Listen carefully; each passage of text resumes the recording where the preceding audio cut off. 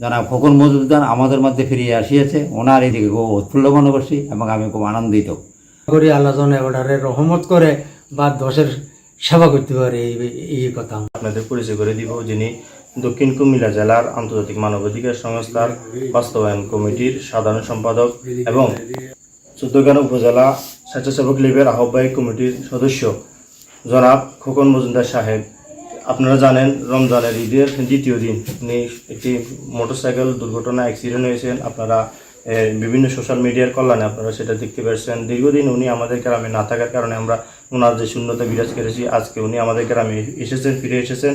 ফিরে আসার কারণে আমাদের গ্রামবাসী যে একটা আনন্দিত, গ্রামবাসীর যে একটা উৎফুল্লতা আমরা দেখতে পেয়েছি। আমরা আজকে সরাসরি খোকন মজুমদার সাহেবের কাছে শুনবো উনি কিভাবে এই দুর্ঘটনার শিকার হলেন এবং ওনার যে বর্তমান চিকিৎসার অবস্থা আমরা এটা জানতে চাই। আসসালামু আলাইকুম।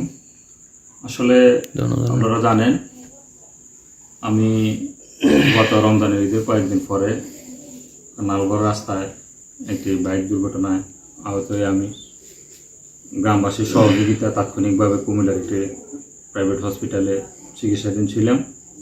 ওখান থেকে আমাদের চৌদ্দগ্রামের মাননীয় সংসদ, সাবেক রেলপথ মন্ত্রী, আমাদের সকলের প্রিয় নেতা জননেতা মুজিব ভাইয়ের আন্তরিক সহযোগিতায় এবং ওনার পরামর্শক্রমে আমার পরিবার আমাকে ঢাকা উন্নত চিকিৎসার জন্য পাঠায়। সেখান থেকে আমি দীর্ঘদিন চিকিৎসা শেষে আজকে বাড়িতে এসেছি।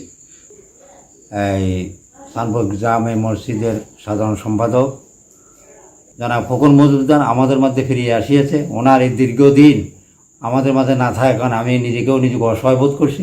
আজকে আমাদের মধ্যে ফিরিয়ে আসায় আমি নিজেকে খুব উৎফুল্ল মনে করছি এবং আমি খুব আনন্দিত। আশা করি উনি আমাদের আগের মতো ওনার সুস্থ হয়ে আমাদের সামাজিক কর্মকাণ্ডে ফিরে আসবেন, আমি মহান আল্লাহকে কামনা করছি। এবারে ভালো রাখে, আল্লাহর কাছে দোয়া করি আল্লাহ যেন এবারে রহমত করে